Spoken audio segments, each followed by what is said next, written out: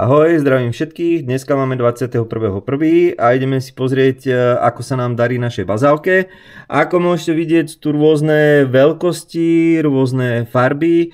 Máme tu presne 3 druhy bazaliek, a to bazálku drobnolistú zelenú, to je táto. Potom máme bazálku drobnolistú fialovú, ktorá je táto, ona bude trošku fialová, purple ball, bude sa dať strihať, dá sa tvarovať, tak. Potom tu máme bazálku typu Genovese, to je takáto, tá bola medzi poslednými podsádzaná, ale predsa nám vyklíčila. Použili sme na tieto najmenšie, tuto máme taký dobrý príklad, medzi touto a touto je rozdiel 2 týždne, táto bola hnojená hnojivom Shogun Start a Shogun Roots a táto nebola žiadnym hnojivom. Urobil som to úmyselne, lebo som chcel, aby sa dobehli a potom ich pohnojíme naraz a uvidíme, aký budú mať rast.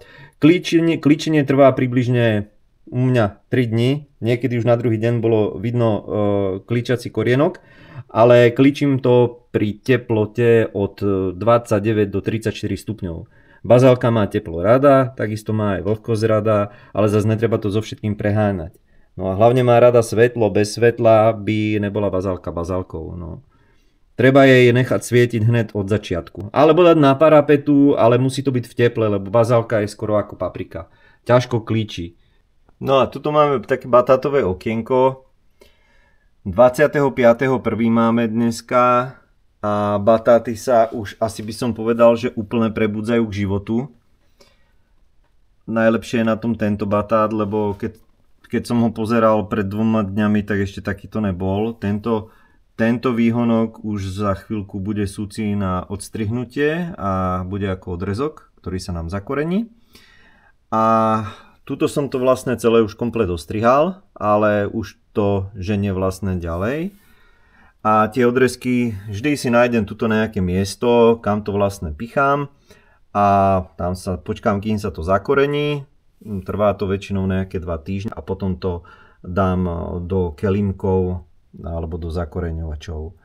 Tuto, ako môžete vidieť, je tu ešte aj zázvor, lebo našli sme zázvor niekde od Vianoc schovaný a mal takéto krásne púčiky, tak ja hovorím, to skrátka ho sem musím dať, lebo zázvor sme už pestovali a mali sme toľko zázvoru, že sme ho aj nasušili a ešte dopodnes den tam je, takže aj zázvor sa dá v našich podmienkach pestovať a úspešne. No. A čo som si všimol, tak sú tu veľké rozdiely medzi klíčiacimi a medzi neklíčiacimi. Napríklad toto je moja domáca, toto je moja domáca. Táto rastie ako divá, táto ešte ani korienky nemá pustené. A zase napríklad táto je kupovaná, tá už pekne klíči, aj táto je kupovaná. No skoro tí kupované už idú, len tie moje ešte nejak zaspali dobu, ale snáď sa preberú. Už som ich začal polievať hnojivom Shogun Start a Katana Roots a tu som zvedavý, že ideme sa pozrieť, že toto bolo 3 dní dozadu sem dávaný, tento štep a už tam je takto krásne korienok. Inak ono by to malo ísť aj bez toho zakoreňovača, že relatívne rýchlo sa to zakoreňuje.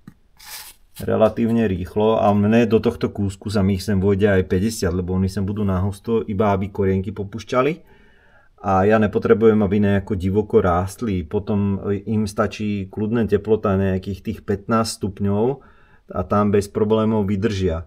No. A kým pôjdu do marca do fólie, tak ojoj, to ich tu bude.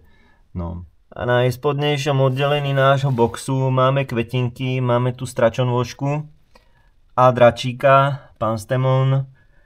Zatiaľ som myslel, že nejaví to známky života, ale skúsim to priblížiť a vlastne dračík už nám začína pekne klíčiť. Dneska je to 6. deň od vysiatia. A čo som spozoroval na stračej nôžke, tak tam som tam našiel už tak vykukovať taký korienok jemnučký. Ale tá má ešte do klíčenia ďaleko. Píšu 15 až 20 dní, tak uvidíme. Ale som prekvapený z dračíka, ktorý nám už rastie.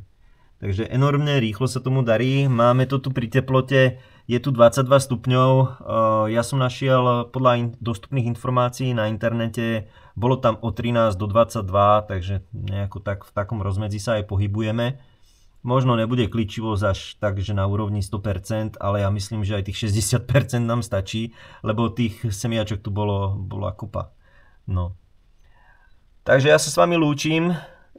Ďakujem za like, odber alebo komentár a uvidíme sa pri ďalšom videu.